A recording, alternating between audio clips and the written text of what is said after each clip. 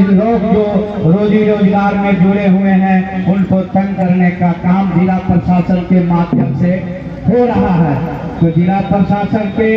जो अधिकारी हैं उनको गंभीरता से पूर्वक लेना चाहिए और यह सोचना चाहिए कि कोडरमा जिला एक चौथाई में अगर शहर है तो 3/4 जंगल भाग में बसता है। और रहने के बावजूद भी यहाँ के हजारों लोग रोजी रोटी के लिए इस तरह से धरने पर बैठ रहे हैं। क्या लगता है कि कहाँ कमी रह रही है? आपकी भी सरकार रही 5 सालों तक, 7 सालों से आप भी विधायक हैं, क्यों नहीं समस्या का निराकरण हो पाया है? देखिए, अबरख नगरी तो नाम है ही और अबरख नगरी से ही विश्वविख्यात है, लेकिन आज सबसे बड़ा दुर्भाग्य है कि विश्वविख्यात अबरख नगरी होने के बावजूद आज अवैध नाम दिया जाता है। ढिबरा अगर लोग चुनते हैं, उसको बेचते हैं या भंडारण तक पहुंचाते हैं। और निश्चित रूप से अभी आप देख रहे हैं कि 11 बजे से लगातार यहाँ पर जो हमारी महिलाएं, माताएं, बहनें, भाई बंधु सब लगातार बहुत ही शांतिपूर्ण तरीके से यहाँ एकजुट हो करके और आज धरना दिए। ये सिर्फ और सिर्फ कहीं न कहीं पुलिस प्रशासन की कमजोरी का कारण है। आज हमें लगता है कि कोडरमा में आप देखते होंगे कि गाड़ी पकड़ाती है रोड पे और उन पे धारा लगा दिया जाता है वन अधिनियम, और इसी कारण से आज मजदूर काफ़ी परेशान हैं। हमने माननीय मुख्यमंत्री जी से भी यही कहा था कि ढिबरा कोई खाने की चीज़ तो है नहीं।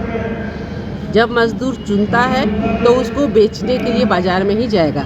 और जब वो चुनते हैं तब तक वो कोई दिक्कत नहीं होती है। जैसे बोरी में बांध करके, टोकरी में डाल करके वो सड़क पे गाड़ियाँ आने लगती है या भंडारण तक कहीं पर पहुंचने लगती है तो वो अवैध करार हो जाता है, जो सबसे ज़्यादा गलत है। जब हम शिक्षा मंत्री के रूप में थे उस समय भी हमारी सरकार थी, हमने कोशिश की थी, उस समय ऑक्शन हुआ था और व्यवस्थाएं आगे बढ़ी थी। संजोग ऐसा था कि कुछ कमी के कारण वो फ़ायदा लोगों को नहीं पहुंच पाया। उसी समय हमने फिर से जो ढिबरा व्यवसायी या मजदूर हैं या जो भी संघ के लोग हैं उनके साथ बैठ करके हमने एक बैठक की और उनसे ही हमने जानने की कोशिश की कि क्या करने से लोगों को फ़ायदा होगा। उस समय उनका एक डिमांड था कि अगर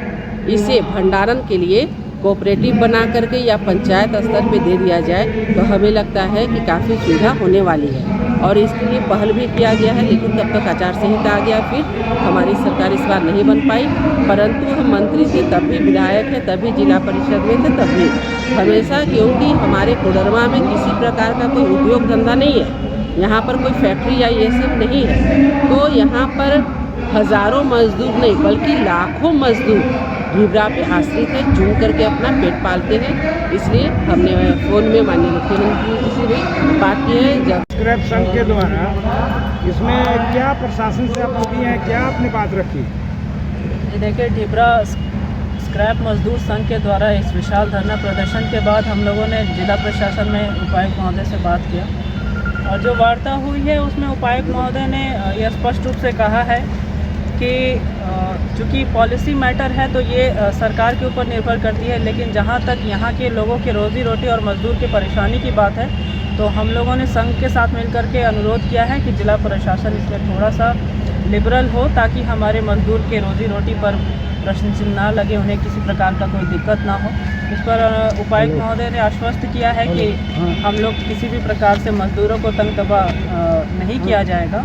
और जहाँ तक पॉलिसी मैटर है तो निश्चित रूप से ये हमारे नीति निर्धारकों का काम है और उस सदन में ही ये तय होना है। सदन में तय हुए बातों को जिला प्रशासन इम्प्लीमेंट कराती है, लागू कराती है, तो हम लोगों का यह प्रयास होगा कि जल्द से जल्द सरकार माइका पॉलिसी बनाए, ताकि ढिबरा पिकट से लेकर के मालिक तक जो ओनर हैं, जो ढिबरा जगह से जुड़े हुए हैं, उनको उद्योग वैध रूप से चलाने में किसी प्रकार की कोई परेशानी ना हो। तो क्या मजदूरों के साथ अब तक छलावा होते रहा मैडम? यहाँ के जो जनप्रतिनिधियों का जो दायित्व था कि उनके मामले का निराकरण करे, वो नहीं हो सका। आप देख रहे हैं कि कई वर्षों से ये आज अवैध का ठप्पा नहीं लगा, ये ऐसा नहीं है। इस बीच हर दल की सरकार यहाँ बनी, बावजूद उसके जो ढिबरा व्यवसाय की जो मूल समस्या कोडरमा में व्याप्त है उसका अभी तक समाधान न होना यहाँ के नेतृत्व की उदासीनता का ही दुष्परिणाम है। और कहीं ना कहीं हमारे जब मजदूर की रोज़ी रोटी की बात आती है तो निश्चित रूप से हम ये कह सकते हैं कि जो माइका पॉलिसी हमारे कोडरमा या झारखंड राज्य में बननी चाहिए, जो अभी तक नहीं बन पाई है, जिसके कारण बिहार माइका एक्ट 1947 लागू है, जबकि झारखंड खनिज से भरा संसाधन हमारा ये राज्य है। बावजूद इसके यदि अवैध का ठप्पा लगा हुआ है तो कहीं ना कहीं ये नीति निर्धारकों पर प्रश्न चिन्ह है, सरकार पर प्रश्न चिन्ह है कि आखिर किस कारण माइका पॉलिसी नहीं बन सका है, क्यों हम माइका पॉलिसी अभी तक नहीं बना सके हैं, आखिर क्या कारण रह गया है कि हमारे ढिबरा पिकर्स अभी तक वैध नहीं हुए, हमारे मालिक अभी तक वैध नहीं हुए, जबकि ये कोडरमा विश्व विख्यात है अभ्रक नगरी के नाम से। माइका डिवीज़न यहाँ पे रह चुका है, हमारे माइका प्लांट का यहाँ शिलान्यास हुआ था, 1.5 दशक तक गुलजार भी रहा, अब तक 2 दशक से यहाँ बंद पड़ा हुआ है, मृत प्राय हो गया है, ये उद्योग लगभग ठप पड़ चुका है, सब मजदूर निराश हो चुके हैं, तब जाकर के ये अपनी आंदोलन खुद लड़ रहे हैं। खुद यहाँ पर कोरोना की महामारी के बाद भी इतने भारी संख्या में यहाँ लोग जुटे हुए हैं, तो कहीं ना कहीं गंभीरता तो है, प्रश्न तो है कि आखिर क्यों माइका पॉलिसी नहीं बन रहा है, आखिर क्यों पॉलिसी ना बनने के आड़ में किया गया है। तो आपसे भी प्रतिनिधिमंडल आके मिला, आगे क्या कार्रवाई होगी सर जिला प्रशासन की? देखिए, ढिबरा एक यहाँ का सामाजिक समस्या के तौर पर उभर कर आ गया है, और चूँकि इसकी वैध माइनिंग यहाँ नहीं होती है और उसमें लीगल ग्लिचेस है, और राज्य सरकार से काफ़ी प्रयासरत है राज्य सरकार उसका एक प्रॉपर पॉलिसी और एक्ट बनाने को, उसमें कुछ कोऑपरेटिव्स बनाने की बात चल रही है राज्य स्तर से, और इसके लिए हम लोगों को धन्यवाद भी देना चाहिए और थोड़ा सब्र रखना चाहिए। जैसे ही वो गाइडलाइन आएगा हम लोग एक नए तरीके से लोगों को मदद कर पाएंगे, पर जब तक कि ये लीगली अलाउड नहीं है तब तक ये समस्या बनी रहेगी। हम लोग यही कोशिश करते हैं, क्योंकि इसमें काफ़ी मजदूर तबके के लोग काफ़ी जुड़े हुए हैं, जिनकी आजीविका इससे जुड़ी हुई है और काफ़ी वर्षों से वो लोग इसमें कार्यरत हैं। हम लोग यही कोशिश करते हैं कि कोई जो है मनमानी हरकत हमारे जिला प्रशासन या फिर पुलिस प्रशासन की तरफ से ना हो। बाकी हम लोग पूरी कोशिश कर रहे हैं कि इनको अन्य आजीविका से जोड़ने की कोशिश करें और इसको लॉ एंड ऑर्डर की समस्या की तरह ना डील करते हुए इसको एक सोशल प्रॉब्लम की तरह डील करें। और हम लोग आशा जताते हैं कि जल्द ही राज्य सरकार से ऐसे एक गाइडलाइन और एक ऐसा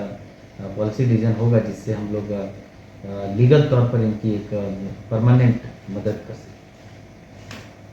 सर, कोरोना को देखते हुए सर क्या कुछ स्टेप्स, चूँकि लगातार ऐसे ग्राफ बढ़ते जा रहे हैं, ऐसे में जिला प्रशासन का कुछ कदम उठाएगी सर? जिला प्रशासन की तरफ से मैं बस यही कहना चाहूँगा कि कोविड की मार जो है वो हम लोग एक बार ऑलरेडी बहुत ही बृहद पैमाने पर झेल चुके हैं। कम से कम उसे याद करते हुए हम लोग पूरी कोशिश करें कि जो कोविड अप्रोप्रिएट बिहेवियर है, सामाजिक दूरी हो या मास्क का इस्तेमाल हो, सैनिटाइजर का इस्तेमाल, ये बढ़ चढ़ कर करें। कोशिश करें कि कम से कम घर से निकलना है, और अगर आपको किसी भी तरह का इन्फ्लुएंजा सिम्टम्स तो पहले तो टेस्ट कराएं और साथ ही साथ आइसोलेट रहने की कोशिश करें, क्योंकि आपका ज़िंदगी, आपके परिवार वालों के, रिश्तेदारों की ज़िंदगी बहुत महत्वपूर्ण है। हम लोग स्वास्थ्य विभाग की तरफ से पूरी तरह से तत्पर हैं, मुस्तैद हैं। हम लोगों ने सभी स्वास्थ्य केंद्र से लेकर सदर अस्पताल तक सभी को सुदृढ़ करने का कार्य किया है, और ऐसे तो भगवान न करे हमें उसकी इतनी ज़रूरत पड़े और हम लोग ऐसे ही इससे निबर जाएँ। और अगर ज़रूरत पड़ती है तो हमारे यहाँ राज्य सरकार से जो हमें 2 ऑक्सीजन प्लांट मिला है वो भी मॉक ड्रिल में सक्सेसफुली हम लोग उसका ट्रायल ले चुके हैं, और बाकी सभी वार्ड फंक्शनल हम लोग पूरी